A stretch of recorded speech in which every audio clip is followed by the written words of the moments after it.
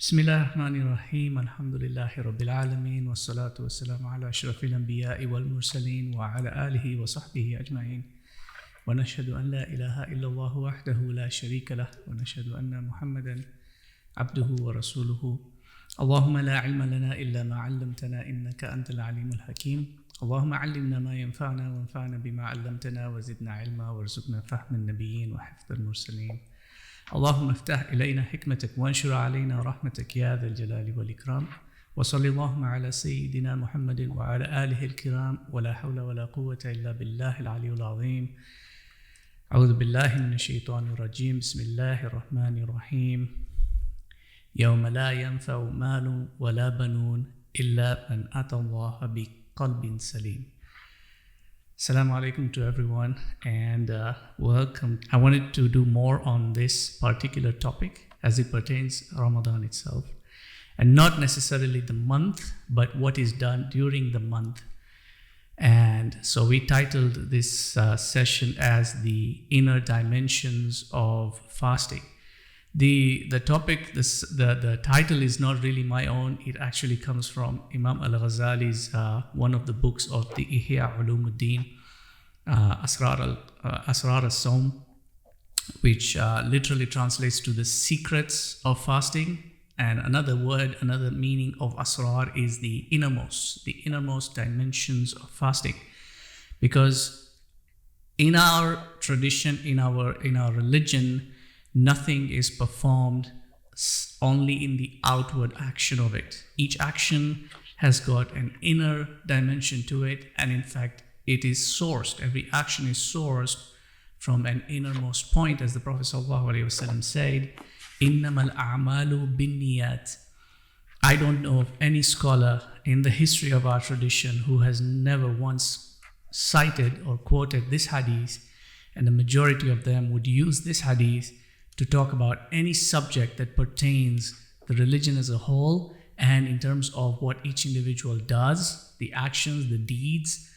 This hadith is primary. Imam al-Nawawi, this is the first hadith he quotes in his collection of 40 hadith, and I'm pretty sure everyone here probably has a collection of Imam Nawawi's 40 hadith in their home. It is the first hadith he cites in Riyadus Salihin. It is the first hadith he uses in explanation of his Adhkar, which is another collection of his hadith. But what does it actually mean in this sense? That every action that is performed in the outward has got a direct contingency only on nothing else but the intention. And the intention itself, its point origin, its source, is no place else but the heart. So really, it all pertains to the heart of the believer. Ultimately, it is the heart of the believer that is held for judgment and accountability, because the body that you occupy in this life, it is going to go into the ground and it will be resurrected on that day, and it will be held to testify for you or against you. What is going to be held accountable is the heart, and this is why Allah subhanahu wa ta'ala says in the ayah I quoted, that on that day nothing is going to benefit. يَوْمَ لَا يَنْفَعُ مَالٌ وَلَا بَنُونَ, from a person's wealth or their legacy. Nothing of that is going to benefit them. إِلَّا مَنْ أَتَى اللَّهَ بِقَلْبٍ سَلِيمٍ, except for the one who comes to Allah with a sound heart. Qalbin Salim is a sound heart, a heart that is at peace, that is at tranquil. And hence Allah subhanahu wa ta'ala says, يا أيتها النفس المطمئنة ارجعي إلى ربك راضية مرضية فادخلي في عبادي وادخلي جنتي. O you soul which is tranquil, which is still, pleased and pleasing, pleased with itself and pleased with Allah, and pleasing to Allah and pleasing to all else.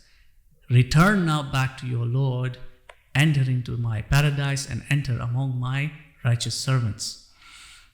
The scholars usually use these terms interchangeably, the heart, the soul, and really it is more or less the same spiritual entity that we are referring to. But when it comes to specifics, we usually make a distinction. between the soul and the heart. Here now is where we examine what is the heart's relation insofar as fasting is concerned. Because we can understand insofar as the first pillar of Islam is concerned, the Shahada, you testify that Allah is one. Obviously, that testimony is going to come from the heart. It has to be genuine. It has to be sincere. You perform your salah and you're praying. The prayer has to come from the heart. Even though the body is performing the actions, but the prayer itself you have to be involved in it. You have to have khushu', consciousness and awareness that comes from the heart. When you go for Hajj, you're going there with an emotion, not an emotion that is reactive, but an emotion that comes from deep within. That comes from the heart as well. When you're giving your zakat, you are giving willingly, you're giving openly, you're giving expecting nothing in return. That also comes from the heart. But what about fasting? And Allah subhanahu wa ta'ala says that from all the other actions that the individual performs, it's for themselves. They will earn their reward from it. But fasting alone is for me. And why does he say that? Because in fasting is where the heart is most involved in all the other actions. All the other actions will be performed.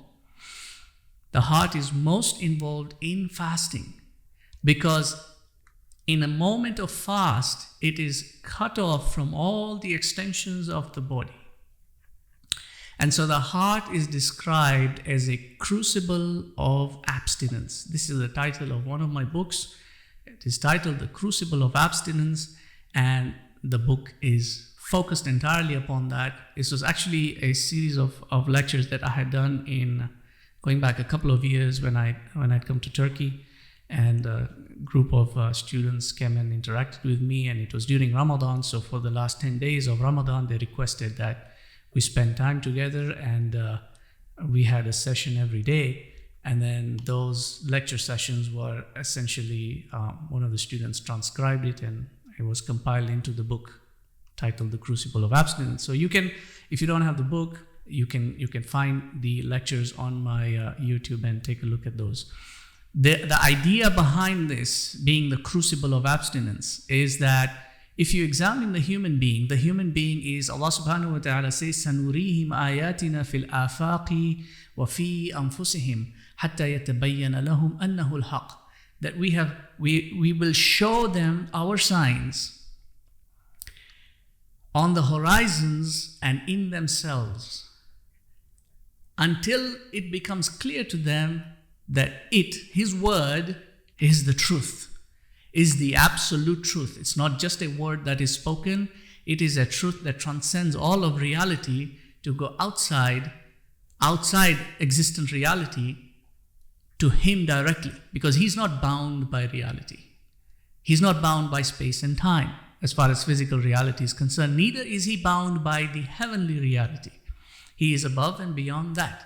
And so this is a word from Him that comes directly from Him, that cannot be interfered with, that cannot be tampered with. It is the absolute truth. It is a kind of truth that does not require rationality, that doesn't require you to deliberate, to think about it. As when He gathered all of mankind and made them testify upon themselves. Alastu bi rabbikum, am I not your Lord? And the testimony came back with absolute affirmation, Bala shahidna, indeed we testify. It was a testimony done by every human being prior to their worldly creation, meaning they had no physical body. So they had no brains, and they had no senses, and they had none of those faculties that we use to rationalize things. When we hear something, we hear a proposition, or somebody makes a statement, a proposal, we start deliberating on it to say, is it true? Is it false? Could it be like this? Has he thought about this?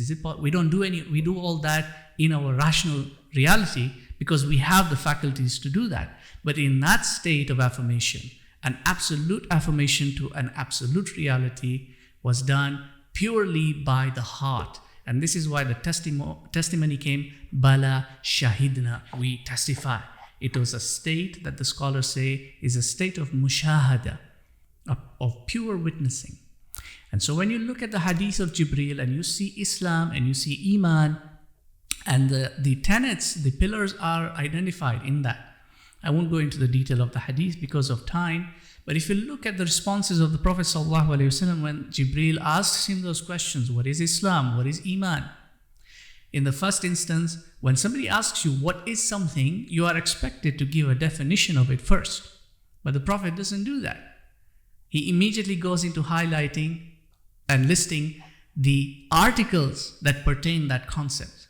So what is Islam? It is to do this, this, and this, and this. What is Iman? It is to do this, this, and this, and this. But when he's asked about ihsan, he doesn't give any article, he doesn't give any point, he doesn't give any list. He gives a definition. And he says, أَن تَعْبُدَ اللَّهَ كَأَنَّكَ تَرَاهُ فَإِن لَمْ تَكُنْ تَرَاهُ فَإِنَّهُ يَرَاكَ. It is to serve Allah as though you can see Him, but this ra'a here is not a seeing with the physical eye, it is a seeing of the heart, it is testimony. It is to see Him in that regard.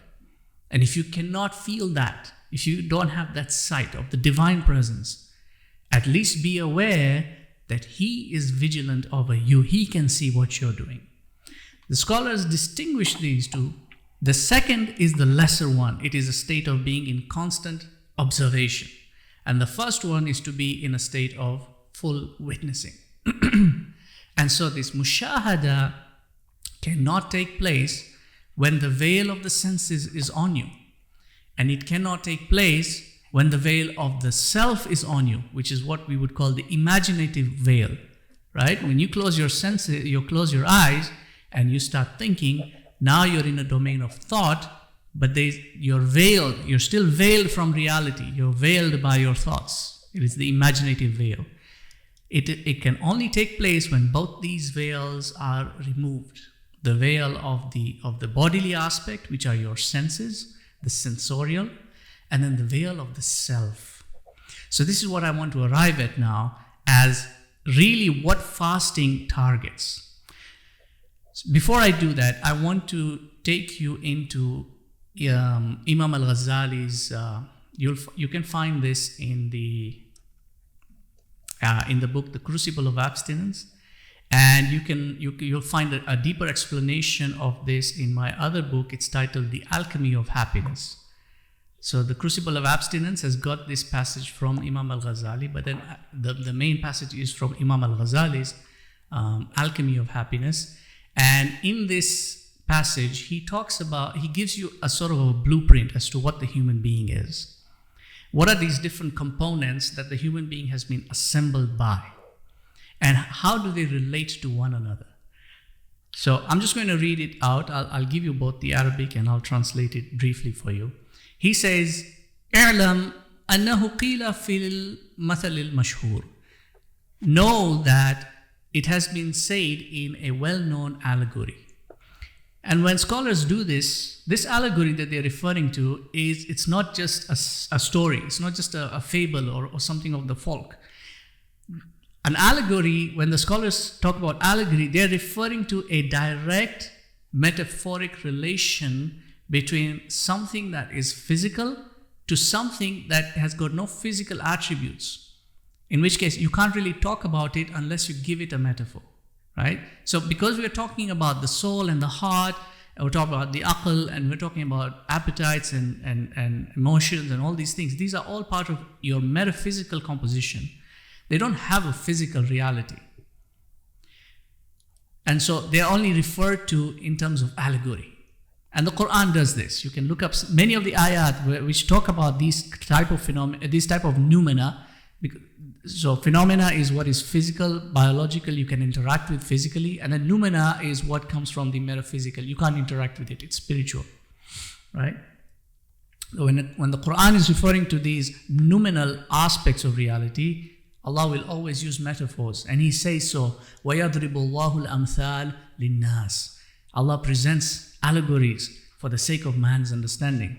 Right? So this is what He's saying here. إِنَّ النَّفْسَ كَالْمَدِينَةِ. He's saying the soul is like the city. وَالْيَدَيْنِ وَالْقَدَمَيْنِ وَجَمِيعَ الْأَعْضَاءِ ضِيَاؤُهَا. And the hands and the feet and all the extensions of the body are like the different farms and the different villages and the mines and the lumber yards and all these things. right? So that includes your organs. These are all different like industries that are, taking in raw material, coming in from the farms and the lumber yards, and they're processing everything. And so this is your body. Your body, your soul. Your soul is the city. And the extensions of the body are all the farms that are bringing in all these resources. And so the body is like your kingdom now. The body is the domain. You've been given this domain, and the soul is the capital city of this domain that's governing this domain. وَالْقُوَّةُ شَهْوَانِيَّةُ وَالِيُّهَا. And your shahwa, which is your appetitive faculty. So the soul is a composite of these three governing entities. And this is reflected in reality as well. You've got something called the three states of government. Is anyone familiar with that? Or if you're confused, is anyone confused with that? If you go to the US, for example, you look at the US Constitution, they've got the executive, and then they've got the legislative, right? They've got three states of government. This is applied everywhere. Wherever you look, you will find three states of government. One is pertaining your politicians. These are your politicians. They carry out all the administrative work. So within their category, you've got the different ministries or whatever. That's the parliament. And then you've got the defense force, the military.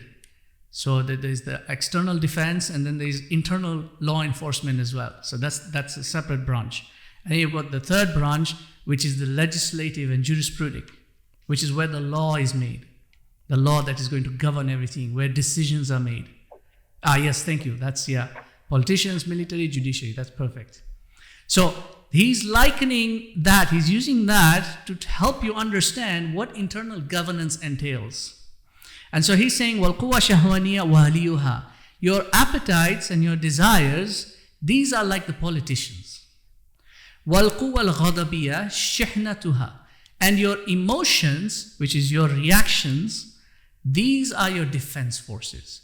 Your fear, your laughter, your sorrow, these type of things, these are part of your defense force. They protect you based on what sort of harm is approaching you, right? These are the ones who will trigger your flight or flee responses. That's your shahwa, that's your ghadab, that's your police force. Wal qalbu malikuha. The heart is the ruler now. He is the king. The heart is the king. Wal aql waziruha. And the intellect is the wazir of the heart, is the prime minister.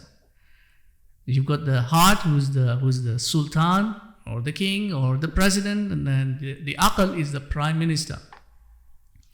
And then falling under the jurisdiction of the prime minister are all your politicians on one side. They do all the administrative work, and you've got all the defense on the other side.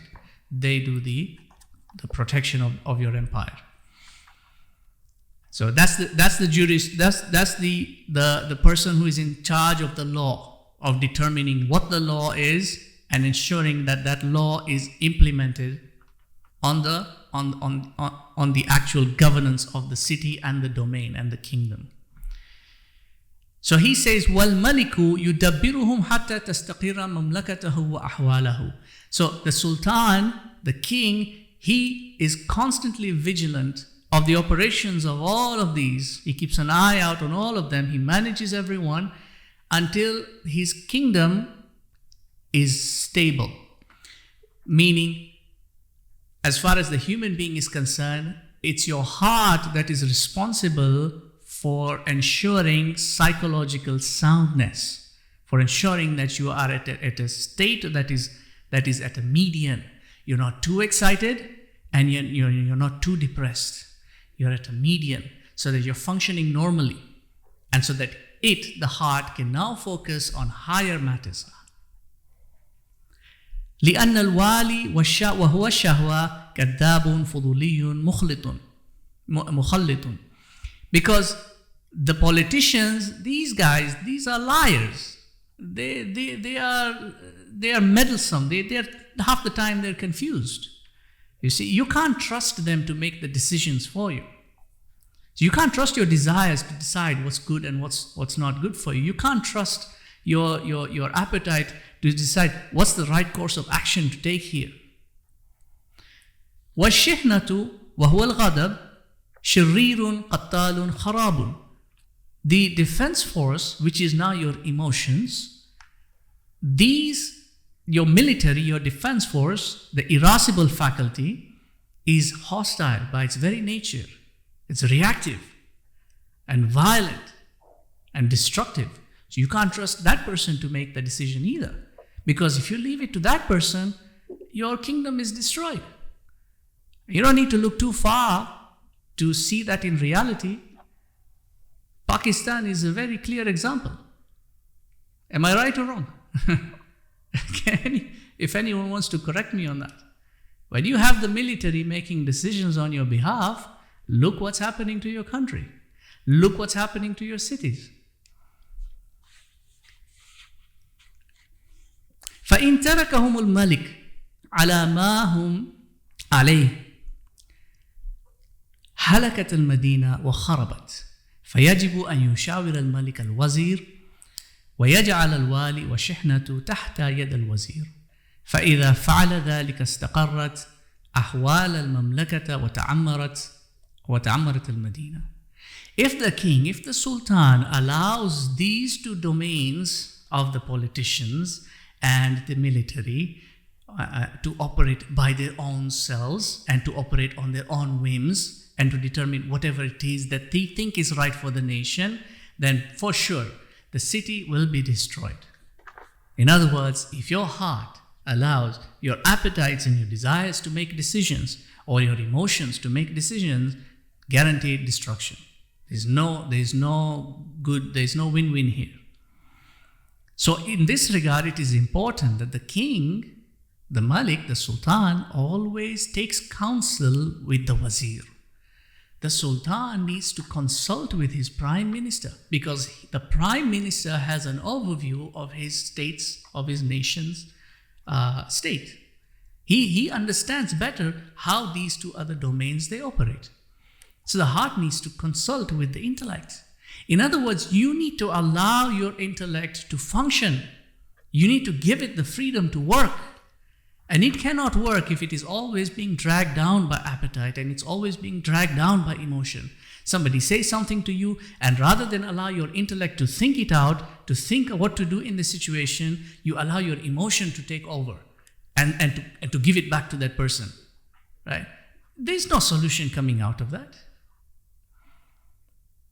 And so the king must place the administration, the politicians, as well as the defense force, under the control of the vizier, the prime minister, under the control of the intellect. If he does that, then the states of his kingdom will be stable. The city will flourish and will prosper. وَكَذَلِكَ الْقَلْبُ يُشَاوِرُ الْعَقْلِ. Just like this, the heart must consult with the intellect. وَيَجْعَلَ الشَّهْوَ وَالْغَضَبَ تَحْتَ حُكْمِهِ حَتَّى تَسْتَقِرَّ أَحْوَالَ النَّفْسِ. And place the appetites, the concupiscent aspect of yourself, your appetites and your desires, as well as your emotions, place them under the control of your intellection, of your rational faculty. And by doing so, you are going to achieve sound psychological state. حَتَّى تَسْتَقِرَّ أَحْوَالَ النَّفْسِ. Sound psychological states will be established.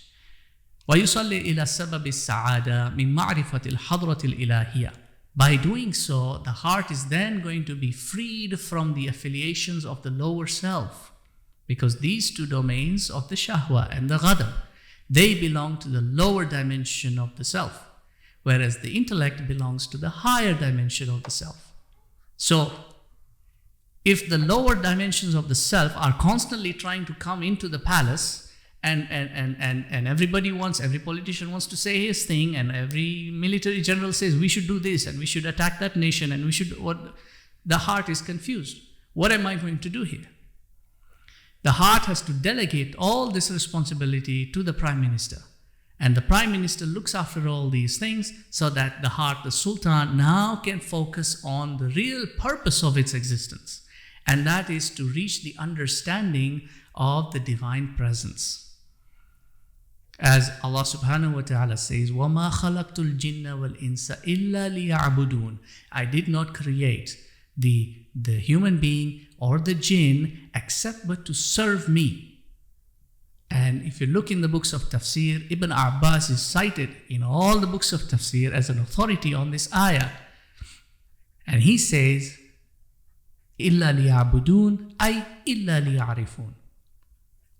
That means to serve Allah foremost entails understanding Allah.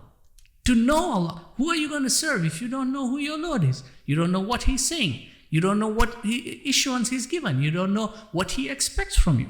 He has sent down the book with everything clarified in it. But it is in a language that you don't understand.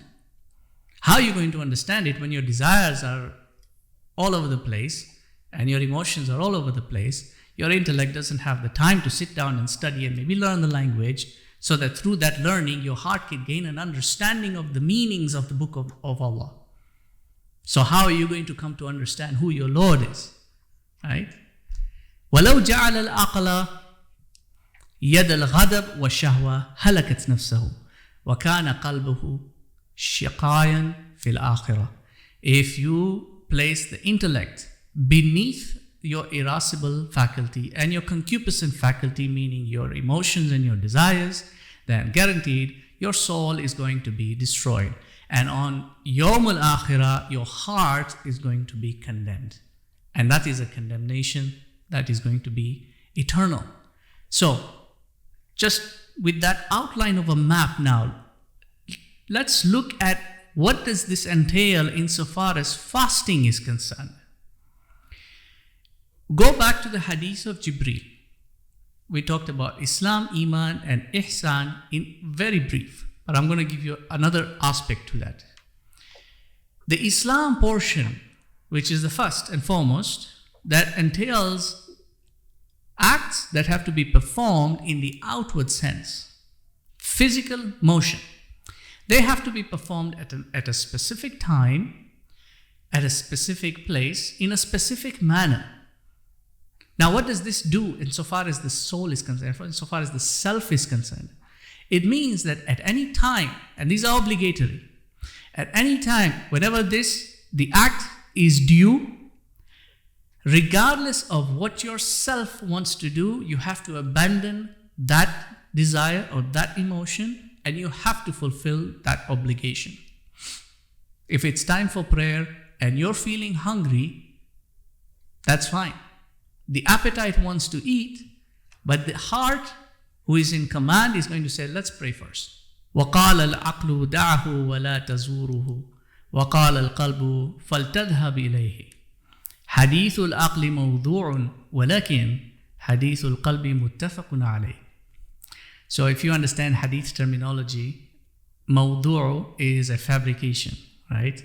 And muttafaqun alayh is agreed upon by all. So what he's trying to say here is that the person's his rationality said, let's not do it, forget about it, don't worry about it. But then the heart says, no, let's do it. And so here the conclusion was drawn that what the intellect said was mawdu', it was fabricated, it was a lie. And what the heart said was agreed upon by all. Right? So I don't know if you understood that. You have to understand it in the Arabic to really get it. But if the heart is in charge in that moment, then the self has to be subdued. Meaning that action has to be done regardless of what the self desires. And that's the outward portion. So this is what the Islam portion does as far as the human being is concerned. The portion of Islam disciplines the lower dimension of the self. This lower dimension of the self is the dimension that is affiliated with the body and the regulation of bodily aspects. You see? So when we speak about appetite, for example, insofar as food is concerned, conventionally, and as far as the Western world is concerned, they don't have a concept of the self. They don't have a concept of the soul in the same way that the human being that Muslims have.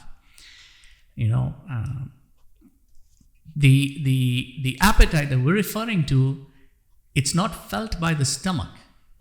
It's not felt by the physical organ in the body. The physical organ in the body is acting upon impulse, sensory actuatory impulse.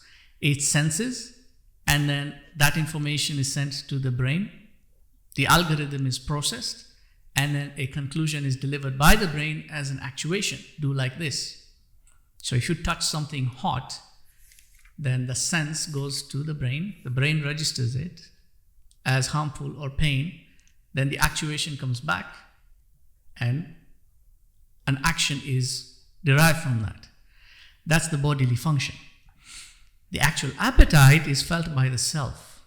The actual pain as well, when you talk about pain, the pain is not felt by the physical body. The body is sensing harm. The neurons at the very end of it are not sensing pain. They are sensing damage. They're sensing that kind of harm. The pain is felt by the self, the soul. The soul is what's feeling the pain. The soul is what's feeling. This is very important to understand, because the way they present it on that side is it's based on an epistemology that completely negates an inner dimension. But this is how the Muslims understood it. This is why when we talk about kullu nasin dha'iqatul maut, everyone is going to feel, is going to taste that death. It's not a feeling felt by the body. The body is not feeling it. It is the soul that is tasting it. It's the soul that feels that pain. And this is understood by the lower dimensions. The lower dimensions of the soul, the appetites and the desires, and then the emotion, the emotive faculty, these are the aspects of your being that are actually sensing these things. And these are the ones who will then determine and give a prompt now to the intellect to say, we need food, we need to do this, we require this. You see, this is why, as far as the hunger is concerned, you can put anything in your stomach and it will satiate the hunger portion. You even put a stone in your stomach and it will fix the hungry portion. It's not going to benefit the body, it's not going to be nutritious, but it will satiate that pang that you're feeling.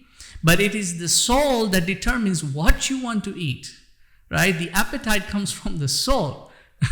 So what do you feel like eating? Oh, I feel like eating this. I don't feel like eating that, right? And the same thing applies to your emotions. It's not the body that feels the emotion. It is the soul that feels the emotion. So these two have been assembled within you, within your soul, to help you navigate the problems of this world. Because that's, if you look in Suratul Taha, you will find in the narration about Adam alayhi salam, you will find in there, it's highlighted. I won't go into those ayat right now, but Allah subhanahu wa ta'ala tells Adam that when you go into the earth, you are going to feel hunger. You're going to feel the scorching heat. You're going to feel thirst. What is he talking about? He's talking about what we human beings have classified as the basic necessities of survival, right? You need food, shelter, clothing. That's like one of the first things they teach you in science in school, in elementary school. That's what he's talking about, because that's the nature of this world. And so you need something that is going to govern that, that's going to regulate that. That's what these two dimensions are there for. But they're not there for thinking. They have not been given to you to think. They've only been given to you to regulate your bodily aspect.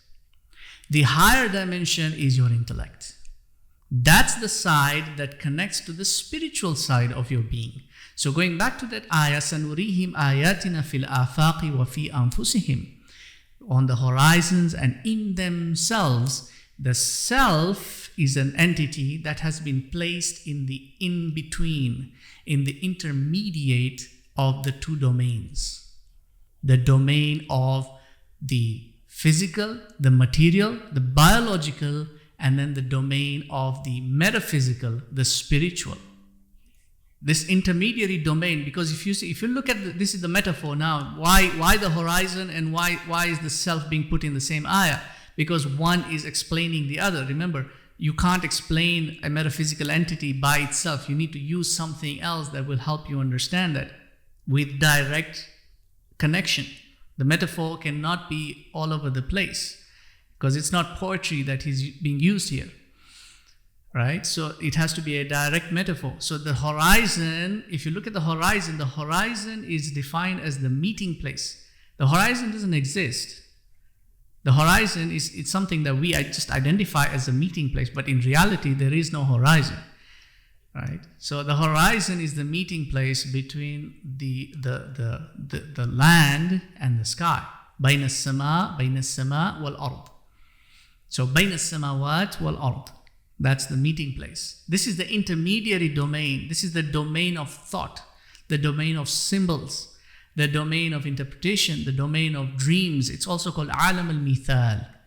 In the Islamic cosmology, it's called alam al-mithal. So you've got alam al-khalq, which is this outer domain, and then you've got alam al-amr, which is the more innermost, the spiritual domain, and then you've got an intermediary between that, and that's called alam al-mithal. This is the domain of the self. It sits in between these two, which is the physical material on one side and the spiritual and metaphysical on the other side. And it bridges the two together because you can't merge these two together. It's like oil and water. You can't mix them together. You need an emulsifier in between. So the lower dimensions of the self, these two help you regulate the biological aspect of your being. And then the higher aspect links you to the spiritual domain. And this is your intellect. Because what your intellect does is it examines via the senses and the processing of information in the brain, it examines this reality and then it associates that with its symbol, which is language. Take a word.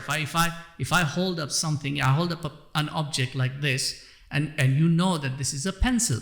Now, how do you know that this is a pencil? You didn't take this object and put it inside your brain, and then your brain sort of mushed it up and then got the idea of this being a pencil. No, you have the object and you have the word pencil, and you have a meaning to that word. And so what the intellect is doing on your side right now in real time is you're looking at the object through your senses. Your brain is picking up all that information, the light information, the color and the dimensions and all these things. Your intellect is associating all that packaged information to the symbol of pencil. And because your heart has an understanding of what that symbol means, you understand what I'm talking about. This is how your intellection is being done. You're bridging the gap between two domains. Right? So, the Islam portion, I know I took a long route on that, but you'll now understand what that means, what it means. The Islam portion, when it comes to the physical actions, they're training your lower dimensions. Meaning that when the act is due, then your appetite or your emotion at that moment has to be put on the side. It has to be still and the act has to be performed. And as you keep on doing this, what the Islam portion is doing, whether it's the fasting or it's the prayer or it's the Hajj or it's the Zakat, the continual acts that are there, Ibn Ata'illah says he has dispersed the acts for you and has diversified them for you and has placed them at different timings so as they don't become monotonous and so that their entrainment of yourself is most effective. Right? It's like you're going to the gym and on one day you do your chest press and another day you're doing squats and another day you're diversifying your training so that it doesn't become monotonous and your body actually benefits from that. So that's what the Islam portion is doing. It's training your lower dimensions through the physical act. The Iman portion is training your intellect. The Iman portion is telling your intellect, these are the parameters of thought. You don't go beyond that. You see? So when it's talking about, let's say, the sixth pillar of Iman, and it's talking about belief in the qadr, good and bad. That alone, when you expand on that and you understand what that means, you don't allow your intellections to go in strange directions when something happens, like a tragedy takes place or you went through a trial or tribulation, you start despairing and saying, oh, why Allah is making me do this and why is He putting this on me? See, that's the intellect doing that. That's despair. But if you believed in that, in the good and the bad of His qadr, then the intellect is aware of that. And the intellect knows, okay, I'm not supposed to despair at this because this is Allah's doing. I have faith that Allah is the one who has done it. So that's the iman portion. The ihsan portion now targets the heart. The ihsan portion has to do with the heart. Everything that you're going to do in the outward as well as in the inward has to do with beautifying your practice, purifying your actions, and cleansing those lower dimensions as well as the intellect, because the Prime Minister is also not exempt from that. You see, the Prime Minister, if you leave him loose also, he will start doing his own things, right? Because he thinks he's too smart also. That the akal, he thinks he's too intelligent. He starts doing his own things. So you have to put him under control as well, right? So coming now, take that all into account. You've got your Islam, your Iman, and your Ihsan portion. These three aspects, as they affect these three aspects of your being, your body and your lower self, your intellect and your higher self, and then your heart, comes the fourth portion of the hadith, and that is pertaining to time and being. Because you are a being who has been placed inside the heart. And you have been put in motion through time. This is why the question that was asked to the Prophet ﷺ was, tell me about the hour, meaning the last finality of time, existence of time, or all that exists in time. Because the last portion of the hour pertains not just all of humanity, all of creation, it also pertains to the individual. Every individual has an eschatology. Every individual has a final moment, and you need to think about that. You really need to think about that. You put that into, not in a morbid sense, that you put yourself in depression. No, but you need to be aware of that you are an existing being in time. You have limited time. And in fact, that's all you have. Time is really all you have. You really don't have anything. You came with a certain amount of time, and then you're going to spend all that time, and when it's finished, you're done. There's no more time, and you have to go back. Go back to Him. So time is something, this is the one thing that we always take for granted completely. We focus on every other aspect of existence, but we will never think about time. But time is the medium in which you are existent in. You are a being in time.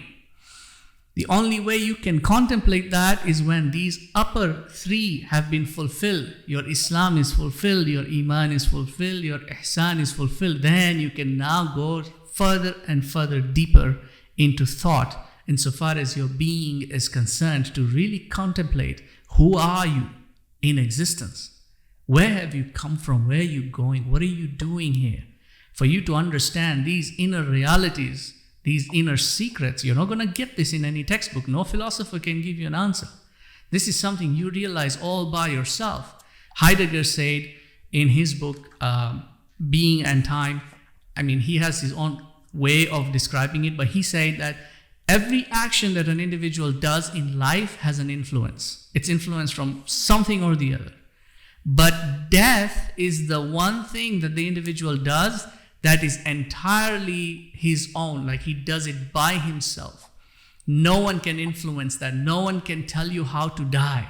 No one can tell you how to die. No one can tell you what death means.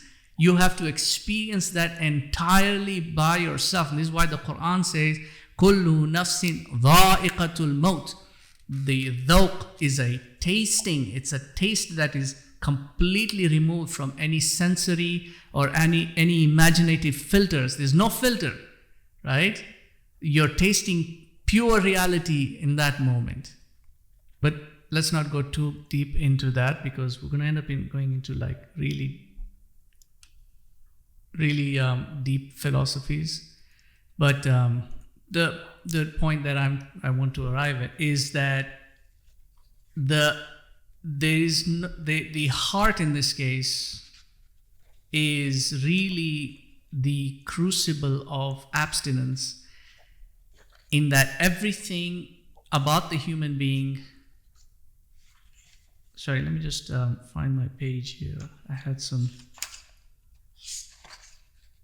The human being, so the body aspect, when you look at the hadith of Jibril, the bodily aspect is basically to refrain or to abstain. In Ramadan now, coming back to the topic at hand, in Ramadan, while fasting, the bodily aspect, as far as the fasting portion of Islam is concerned, the bodily aspect is to abstain from, because that's what fasting means. Fasting is more of a modern, almost like, somewhere around the 2 or 3 centuries old. That's how old that word is, fasting. But the word that precedes that is abstinence. So in the etymology of the word fasting is actually defined as abstinence. The actual word, both theologically, because it originates theologically, even in the Christian tradition, the actual word is abstinence, meaning to abstain from, right? So that's what a fast is. So sum is to abstain or to keep away from. So the fast, which is the Islam portion of it, right? Sorry, in the Islam portion of the fast, the bodily aspect is to abstain from the food and the drink and anything that pertains to bodily pleasure, right? Anything that is going to sustain the body in terms of its pleasure.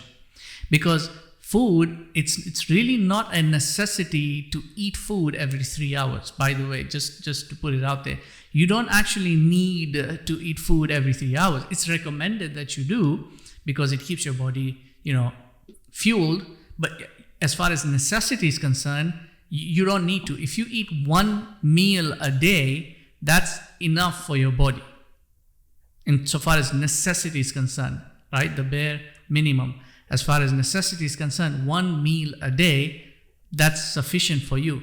And this is why if you look in the Jewish tradition, their fast was really 24 hours. They only had 1 meal. They didn't have suhoor. They only had the iftar, right? And medically, your body can go without food for 2 days, 2 to 3 days thereabouts, can go without food. So you can actually have 1 meal every 3 days and your body will still be okay. After that, you're going to start having a lot of problems. But I've done that. I've stayed without food for 72 hours. And I can tell you, it's actually not that difficult. Once you get past the first 24 hours, your body starts, releasing ketones and starts feeding on its deposited fats. And so you'll actually be fine. As long as you don't do any heavy activity, you'll be fine. So I've actually done that. I've done a fast for 72 hours. It's not difficult at all. In fact, the only thing you might need to do is to take water because you don't want to dehydrate the body. But even that, if you do it sparingly, like maybe a glass of water every 4 or 5 hours, you'll still be fine.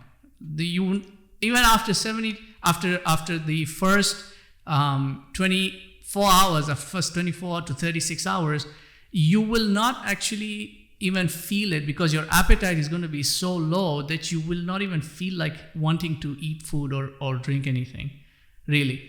But anyway, that's the abstinent portion. Anything more than that required, anything more than the basic required amount, which is 1 meal a day, is actually now a want. It is a function of the desire. It's an appetitive function, which means that all it's doing is bringing you pleasure. It's giving you access in terms of the requirements, but it's more geared towards giving you the pleasure of doing it. And this is what Allah says, these are among the bounties that we have given you.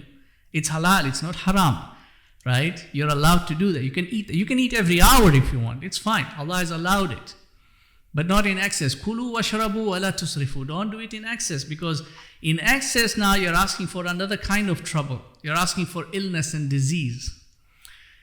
So that's the bodily aspect, is to abstain from that physical pleasure of food and copulation and these type of things.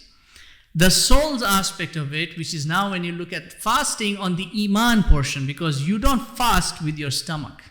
When I was working at Mercedes and I was a technician, I was a mechanic, so during Ramadan, I was the only Muslim in the workshop. So all these other guys, they're really confused They had never seen such a thing. How could you go hungry, like physical labor the whole day? And we're talking long fasts in summer, That was something else altogether. How could you stay hungry? And I would just tell them, we don't fast with our stomachs. We fast with our faith.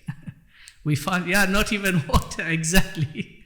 Right? That's a common question that you get asked. Not even water? So I would just tell them, we Muslims, we don't fast with our stomachs. We fast with faith. We fast with iman. So that's the second inner dimension of fasting. That portion is so far as the soul's keeping away from what are known as shahawat. Shahawat are the desires. You desire the food. Though your body doesn't need it, but you desire it. Now, Iblis targets two things insofar as confounding you. He targets shahawat and he targets what are known as shubuhat. I'm going to come to that portion. Shahawat are your desires and your appetites. And this is interesting how the human psychology works. Even though we spoke about two faculties, the irascible and the concupiscent, it's really the concupiscent you want to watch out for. Because the desires and appetites, they will employ the military when the desires are not fulfilled. And you notice this in children a lot. The child wants something and then gets a no from that. And then guess what the child is going to do? He's going to throw a tantrum and he's going to start crying and shouting and screaming. That tantrum and shouting and screaming, that's coming from the ghadab. It's coming from the emotions. Because this is what the politicians do. When they don't get their say in parliament, they're going to incite riots on the streets, right? They're going to bribe the police officers to start pulling, moves here and there. They're going to start influencing the military to start doing ABCD. This is what the politicians do. This is your administrative faculty. So your desires are the ones you really want to watch out for.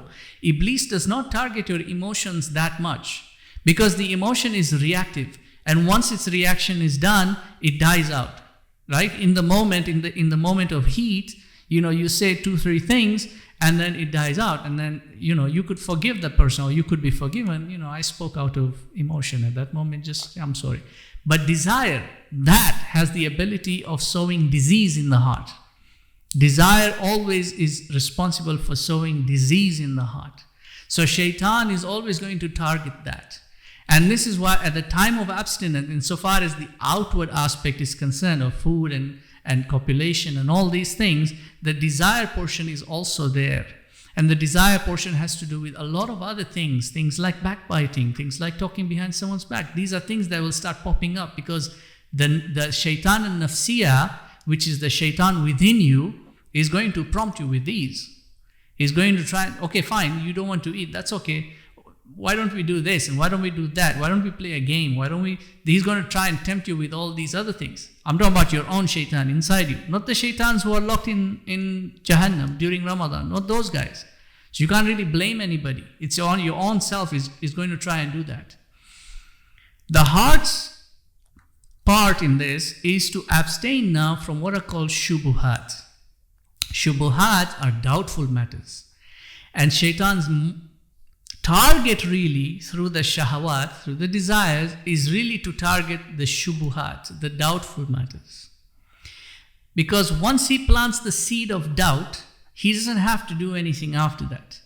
The seed of doubt, like a virus, is going to grow, it's going to spread, and it will corrupt you from within.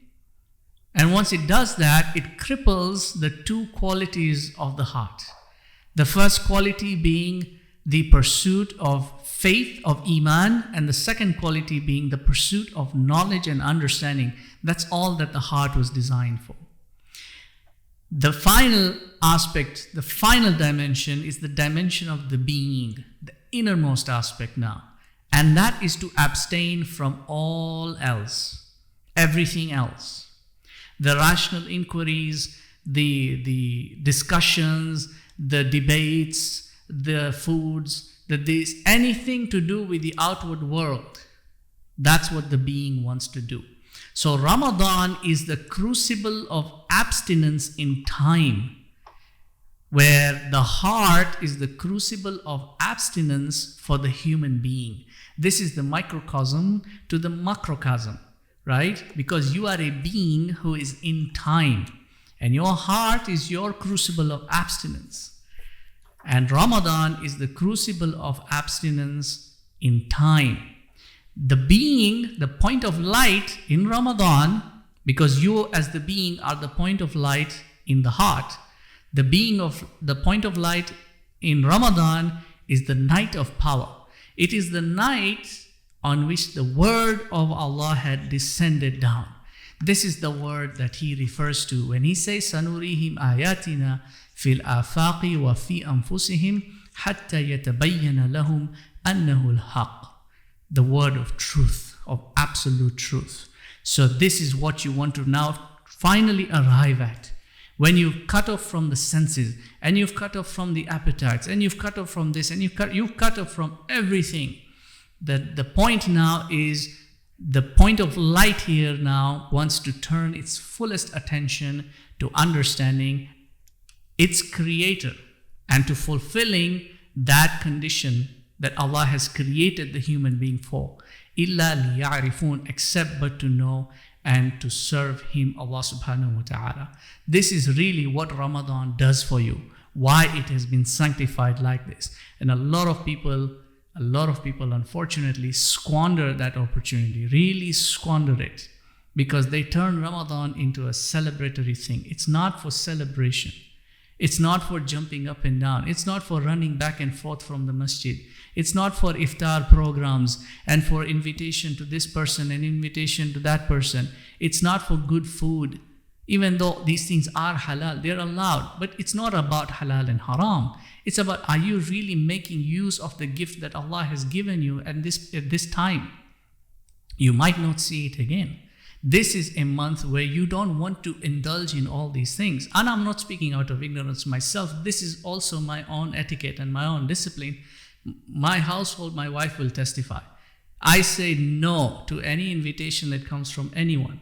I do not go to the masjid for iftar programs. I don't go to the masjid for any lectures or anything that is held there. None of that. I don't want to participate in any. I can do that at my own time. I can do that after Ramadan. I'll go to or I'll put the lecture on YouTube. Nowadays they film everything and they put it on YouTube anyway, so I can do that there. That's not what it's meant for. That time that they put up all these things is actually the best time for you to contemplate on the Word of God. And a lot of people do. If you actually do this, because I can testify as to how much it benefits me. Normally my Quran recitation typically takes place after Fajr. But in Ramadan, I shift and I put my Quran recitation to 1 hour before iftar. That's the time that I recite the Quran. But then 2 hours prior to that, I will study the Quran. 2 hours prior to my recitation, I will sit down to study what I am going to recite, so that I can benefit from my own recitation. Because at that peak moment there, at that time, that is when the being is completely isolated.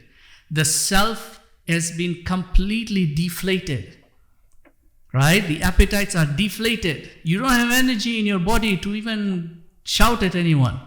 You see, your stomach is so shrunk, you don't have an appetite to eat anything. You don't feel like eating anything. If you really observe the fast as it should have been observed. You see, so when these things are deflated at that instance, the self has been subdued, that's when the heart can truly shine. It can truly now do what it was meant to do. No distractions, nothing of that sort. So I hope, inshallah, I think we've run short on time. I don't know, Faisal, do we have any more time, or are we?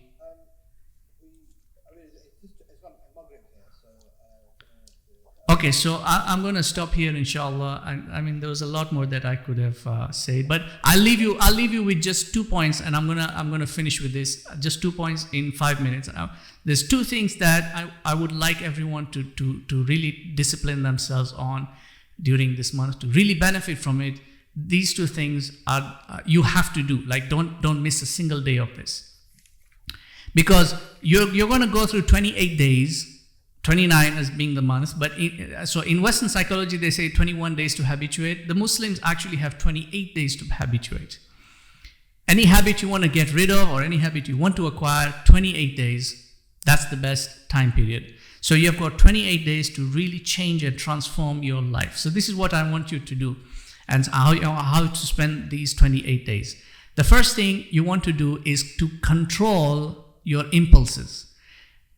Control the self. Don't try to control life. Life is not in your control. Western psychology likes to say, take control of your life. Take control.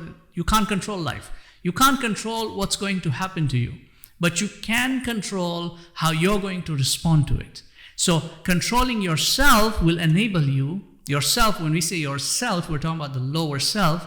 Controlling yourself will enable you to deal with whatever you're going to encounter. So at the point of iftar, you want to put this into habituation. When it comes to iftar, first of all, try your best. I'm not putting an imposition on anybody, but I would advise everyone, spend your Ramadan at home. Spend your Ramadan, your iftar at home with your family.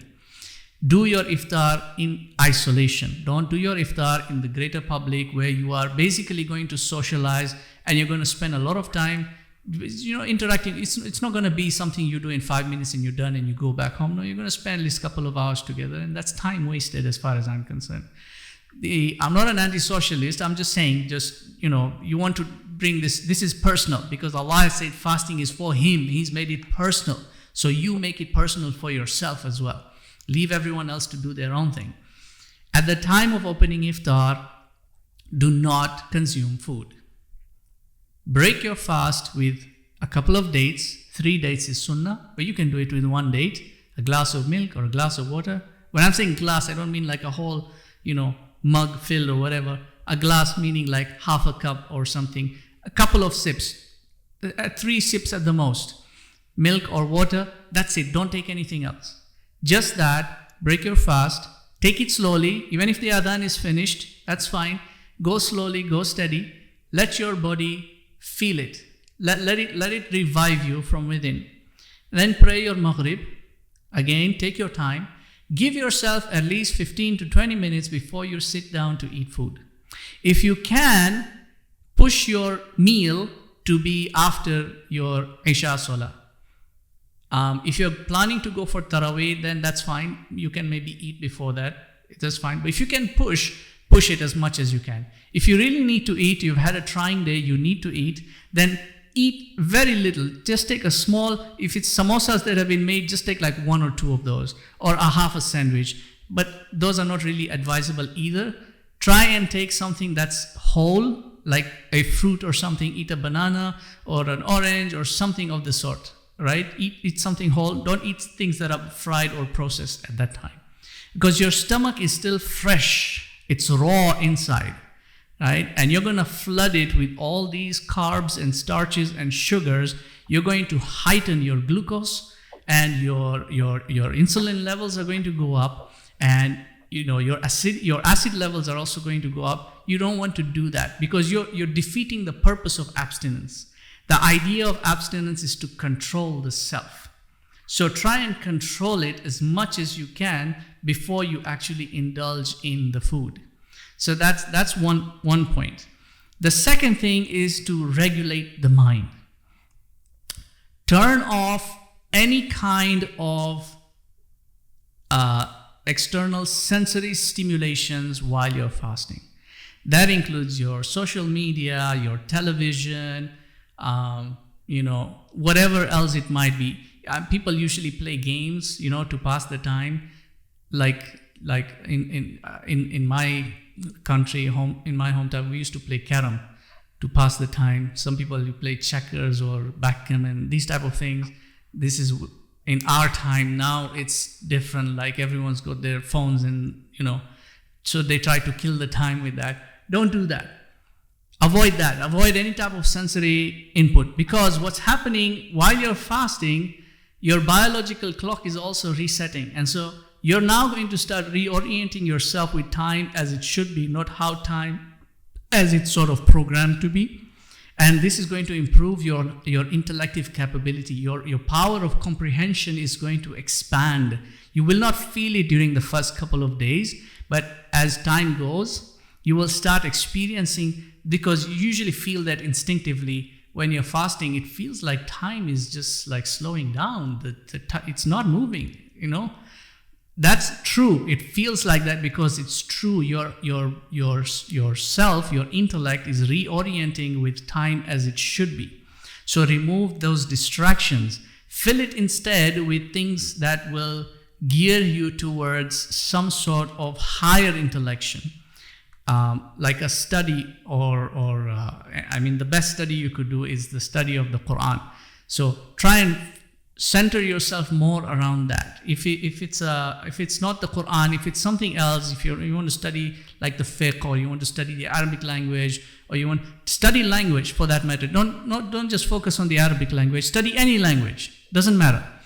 There's a language you wanted to learn, do that. It's going to make your intellect work along symbols, the interpretation of symbols and words and meanings, because that's really what the intellect was designed to do. So what you're doing in this case is you're expanding your intellective capabilities. You're expanding the power of comprehension within you, because you're cut off from the desires and you're cut off from the emotions. So your intellect no longer has to worry about those things anymore. So now it's free. And so rather than allow it to be idle and then to be idly stimulated by, the mundanity of life, better you give the intellect something powerful that can benefit it, during that time. So these are just the two things. I'm trying to cut a few corners here. I could have given you a lot more on this.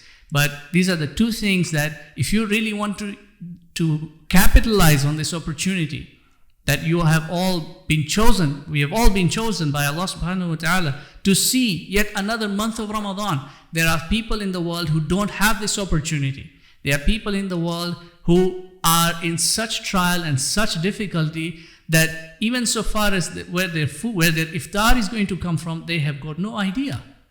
And you all, who I'm referring to. You've got people in Gaza, you've got people in Syria. Syria is now slowly coming together, but even then, there are people who they have no roof over their heads. There are people who probably won't see the end of Ramadan. You see? So don't fill this Ramadan with entertainment. And that entertainment comes from even our religious sources, our normative religious sources. That includes the local masjid and the local this and and all these programs that they're going to hold. They're going to flood in. They're going to start coming up. So and so is doing this program, and then masjid will announce that so and so scholar is coming to give a talk, and so is doing this. These are all techniques of killing the time, so people are not focused. They can go through their fast quickly and finish it. You don't want to do that. Do the opposite of what they're doing. Pull yourself back and allow yourself to really experience what it means to fast. It's not just about going hungry. It's not just about performing the rites and rituals. There is something more to it, and you will not know what it is until you actually taste it and experience it yourself. So inshallah, I hope this will be a blessed Ramadan for everyone. Wa akhiru da'wana alhamdulillahi rabbil alameen. Subhanaka wa bihamdika nashhadu an la ilaha illa anta nastaghfiruka wa natubu ilayk. Jazakumullahu khairan. Are there if there's any questions or any thoughts from any? Farhana, when a Muslim is struggling with Islam, Iman, Ihsan, the acts and non-material, what would your advice to those who want need a step-by-step plan? Does this mean the person will not be able to attain their God-given purpose if they're struggling with the basics? Well, if you're struggling, then by default you're on the path. Because the path is not a path of being a master on the path. It's a path of being the one who is struggling on the path. If there's no struggle, then what are you doing here? Right? So this is mujahada. This is what the scholars say. Tasawwuf is about mujahada. It's not about being a Sufi or a mystic or seeing higher realities and angels in the sky. Tasawwuf is about mujahada. It is about constant strife and struggle. And this state that this person is in is called, because Tasawwuf is a science, and in a science you've got categorization. So such a person is in a state that's known as a nafs al-lawwama. It is the soul that is in the intermediary whereby it is lamenting. And lament is a good thing because it helps a person keep themselves on track, right? You make a mistake and then you feel the guilt of it, and then you struggle and try to overcome that. So yes, while you're struggling, that's a good thing. That's not a bad thing. So long as you're struggling. Like if you find yourself not struggling, then there's a problem, because now you're lethargic. Now you're lazy. Now you're a sloth. And sloth is one of the 7 deadly sins, right? So that's where the danger lies. So long as you're struggling, you're on the right path. So I would advise, stick to it. Stick to that, stick to the struggle, keep on struggling. Whosoever struggles, as Allah says in the Quran, whosoever struggles upon our pathways, we will facilitate the way for them. So it's not going to come from you. It's Allah who is going to help you find the way. He's going to make it easy for you.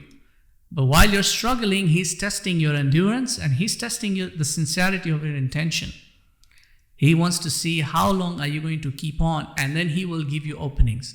And these openings could come from anywhere. It could come from any means. He might give you a companion.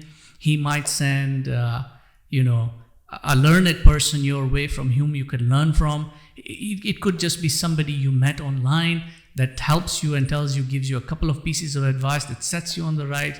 Could be a YouTube video that you saw that put you on the right track. It could be from anywhere. He's going to give you the means. You won't even know where they've come from, and He will facilitate the way for you. Your part is to stay vigilant, because in your struggle, you are on the second portion of ihsan. You're in a portion of muraqabah. You're in a portion of being vigilant. You're being observant. So you need to be aware. He's going to put the signs out for you, but you need to be aware of them so that you can see them. Inshallah. I hope it becomes easier for you. So, a couple more. Would you advise to pray Tarawih at home, since you get a lot of distractions at that time? You can pray Tarawih at home. There's nothing to prevent. Tarawih is nafila. It's not fard on you. And if you're not able to, you don't have to go to the mosque to pray Tarawih. It's good that you do go. It's good because you're going to be part of the Jama'ah. You're going to get to, part of the recitation of the Quran as well. But you don't need to. I personally don't go for Tarawih if I don't need to. If I have, because after my opening of my fast, once I've done Isha, I sit down with my kids and we go through like a bit of ta'aleem with them just before their bedtime. So usually, if it's a school day, then I can't even go for Tarawih on my own. So during the weekend, I might go and take children with me as well. But you don't need to if you don't. If you want to pray Tarawih by yourself at home, you can do that. It's okay. Even if you don't have a memorization of the whole Quran, you can recite what you know of the Quran, and you can do your nafila salah from that. Yeah. And this question came in a little bit earlier.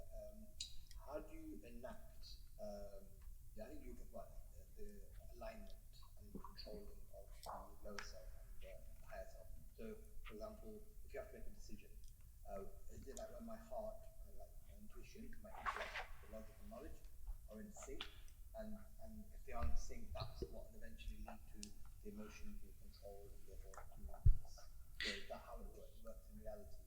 Well, what we call the mind is the compilation of the intellect, the emotions and the desires. So any decision you make in your life is going to be a collective of these three. You can never make a purely rational decision. It's not possible. It has to take into account the desires and the emotions as well. And some decisions are going to be more emotional than they will be rational. Some emotions are going to be more desirable than they will be rational or emotional. So this dynamic is going to play out. But the idea here is to make sure that even during this dynamic that is playing out, the intellect is always in charge, meaning the intellect is always the final decision maker. The final say-so has to come through the intellect, meaning whatever decision is made, it has to be justifiable. It has to have some rationality to it. It has to have some reason to it. Now, the only way you do that is by giving the intellect the equipment, the tools by which it can actually make that decision. And this is where education comes in. Because the intellect, its only fuel is knowledge. The more knowledge the intellect has, the better it will be informed in terms of making a decision. So in Islamic tradition, one of the fundamental sciences that they would teach an individual as soon as they reached pubescent years is they taught logic, which is a pretty amazing thing because I know people who at the age of 40 cannot understand logic as a science, but they would teach these kids at pubescent. And that's because there was a different kind of pedagogy that was established at that time. Imam Ali said about kids, لَعِبُهُمْ بِسَبْعٍ آدِبُهُمْ بِسَبْعٍ وَنَسِيهُمْ بِسَبْعٍ. Play with them for 7 years, and then discipline them for 7 years, and then give them, advise them for 7 years. So the reason he said that was the first 7 years they are in this is called sinu tamyiz. Their intellect is not yet developed, right? And so they're in this playful dimension. They're in a spiritual dimension. The next 7 years, the discipline is to discipline the lower self, the emotions and the desires, because now they're entering pubescent years. A whole lot of changes are going on. Their emotions are all over the place. Their hormones are all over the place. You want to try and help them discipline that. Not punishment for crime, but to help them regulate that. The next 7 now, which is between 14 and 21, is when the intellect is now reached maturity. So that's when the education really takes hold. So my advice in this case is to try your best to maintain a seeking of knowledge, the proper way, not random when you feel like it. Even if you can only do little, like you can only spare 20 minutes a day, or you can only spend half an hour a day, spend that half an hour constructively in the pursuit of knowledge. Take it degree by degree, step by step. And I would recommend you start with language. If you can master language, you can essentially master any science. That's the theory, at least. And I've put it in practice myself. If you can master, like the English language, if you can master the English language, you can essentially master any science that you put your mind to, because it's a matter of terms and definitions. That's what a science is. It's a matter of terms and definitions. You can basically get the concept of it. Same applies to Arabic. If you can master the Arabic language, you will have openings to all the Islamic sciences. But this is going to give the intellect its power and its ability to make the final decision that can be justifiable, not just to itself, but then ultimately in the court of Allah. What's the reason behind making such a decision? I hope I answered the question, because I have a tendency of going off track sometimes. It's really interesting the fact that we're living in a world where the intellect is being destroyed and reconstructed like in real time. Not only just with the TikTok and entertainment and stuff, but also with AI. So even that ability to hone and grow and practice thinking is being removed. So yeah. We've got about 5 minutes before we need to close. Mm-hmm. So I'll just do a couple of last ones. Okay. So one question was, I think one about if you continue to use your akal and control the emotion, will that become a habit later? The more you do it, will it become stronger as you practice? Yeah. So that, yes, it will become a habit, because what you're doing is you're training yourself. So this is training, right? And you're entraining the mind. You're entraining the mind to recognize a natural hierarchy, a natural way of governance, because that's the nature of your soul. That's the nature of reality as well. So what you're doing is you're training, and you need to see this as training. You need to understand that this is what you're doing. And so you need to maintain the consistency, and you need to maintain the determination, and you need to be disciplined on yourself so long as the training is underway. Yeah. Very good. So another question was, I want to understand about the two domains, like water and oil. What were you referring to? Oh, so I was using that as like a metaphor for material and spiritual. That material and spiritual do not mix. In the same way that oil and water cannot mix. You can't stir them together. So there has to be an intermediary between the two, which is the soul. The soul acts as the intermediary between the two. Yeah. Okay. And the final question is yours, which is, sometimes the wazir can be a sly, deceptive wazir for some people. Then there's those from traumas and in dark spiritual states. Can we directly approach them with Imam Ghazali's app? So people are struggling in a not in a good state, how do we approach them? Oh yeah, you can definitely approach them, because Ghazali's alchemy is agreed upon by consensus of the ummah in terms of this science, that this will work 100% of the time, 100% with 100% return. It's just all dependent on the other person's receptivity to it. But yeah, you will have people whose wazirs, whose prime ministers are very corruptive. They are deceptive. So again, it really depends. Here in this case, if you're trying to assist or help somebody else, it's not so much as what you're going to give them, but how you're going to give them. So, hikmah is going to be your prime here, not so much as the information that you're going to give them. Yeah. But it will definitely work. Once this Ghazali himself declares it, which is a bold thing to do for anyone. He himself declares it and says, if you want to succeed and if you want happiness, then thrust this alchemy into your heart. That's a bold thing for somebody like as humble as Ghazali, for himself to say that. But he knows it's going to work. It's 100%. Yeah.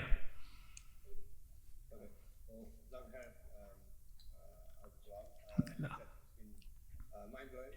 I know I did a big hype at the start, but I knew that you would deliver, and I think it would even beyond that. So they'll reward you. Ameen. Reward everyone who kind of spent the time together. I hope you can to the law. Do you want to end with the law? آمين إن شاء الله. ربنا تقبل منا إنك أنت السميع العليم، وتب علينا يا مولانا إنك أنت التواب الرحيم. رب اغفر لي ولوالدي وارحمهما كما ربياني صغيرا، وللمؤمنين يوم يقوم الحساب. اللهم اغفر للمؤمنين والمؤمنات والمسلمين والمسلمات الأحياء منهم والأموات. اللهم تقبل صلاتنا وصيامنا وقيامنا وركوعنا وسجودنا وتوبتنا ودعاءنا يا أرحم الراحمين. بفضل سبحان ربك رب العزة عما يصفون، والسلام على المرسلين، والحمد لله رب العالمين. آمين. Inshallah. Thank you, everyone. I hope to see you next time, inshallah. Yeah. And if you want to check out his books, I can put them in the link in the chat. I'll also put them in school as well. So, and his YouTube channel, something like that. So make sure you follow and check out his the work. Yeah, inshallah. And if anybody has got any concern or any personal matter that you want to ask, you can send me an email, inshallah. I don't know, Faisal, you have my email that you can post it out. I mean, you're also on the school. Can they Yeah, you can message me on that. That's fine. Yeah, you can message me on that. If there are any personal issue that you're encountering in Ramadan that you're having trouble with, and inshallah, I'll try my best to help you out. Thanks everyone. And inshallah, same time next week. And have an amazing night. Inshallah. Alaikum salam wa rahmatullah.